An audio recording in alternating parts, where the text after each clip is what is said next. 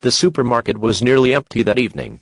Fluorescent lights buzzed above, and soft music played through the speakers. Mark Bennett, a single father in his mid-30s, pushed a cart down the aisle with his little daughter, Emily, skipping beside him. He worked long hours as a mechanic, barely scraping by, but Friday nights were special. His promise to Emily, that they would cook dinner together and maybe splurge on her favorite ice cream. When they reached the checkout, Emily placed items on the conveyor belt with excitement, carefully lining up the pasta, vegetables, and a small tub of chocolate ice cream.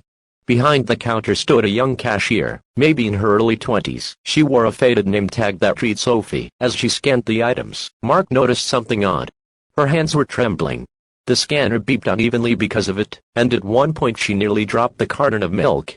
Mark frowned, concerned. "Are you all right?" he asked gently. Sophie startled, forcing a smile. "Yes, sir. I'm fine." But her hands told a different story. Emily, innocent and observant, tilted her head. "Daddy, why is her hands shaking?" Mark looked at Sophie again, this time more firmly. "That's what I want to know. Sophie, are you sure you're okay?" Her eyes glistened, and for a moment she looked like she might break. She tried to hold herself together, but then a tear slipped down her cheek. Embarrassed, she quickly brushed it away. "I'm sorry," she whispered.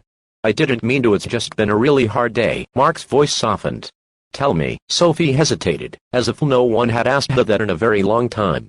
Finally, she took a shaky breath. "My mom's in the hospital. She has cancer.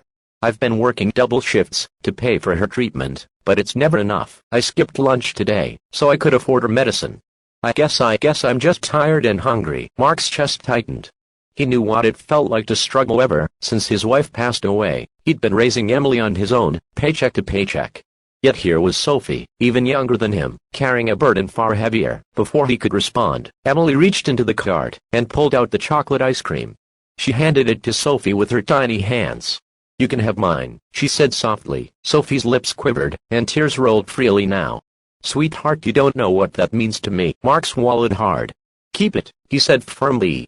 "And ring up another one for us." When the transaction was done, Mark slipped a folded $50 bill across the counter. Sophie shook her head.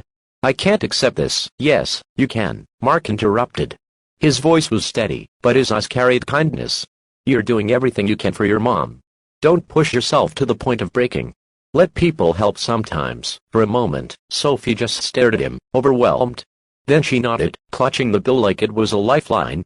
"Thank you, I'll never forget this." As Mark and Emily walked out, Emily tugged at her father's sleeve. "Daddy, why did we give her money?" Mark smiled down at her. "Because sometimes, we don't know how heavy someone's load is, until they let us see it.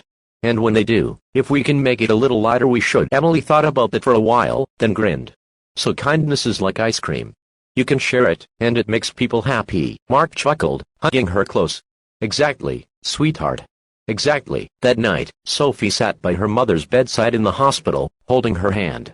She told her about the little girl, who gave up her ice cream, and the father who cared enough to ask. Her mother smiled weakly and whispered, "See, angels are everywhere." And Sophie realized sometimes the smallest questions can open the door to the biggest acts of compassion, because kindness doesn't cost much, but to someone in need,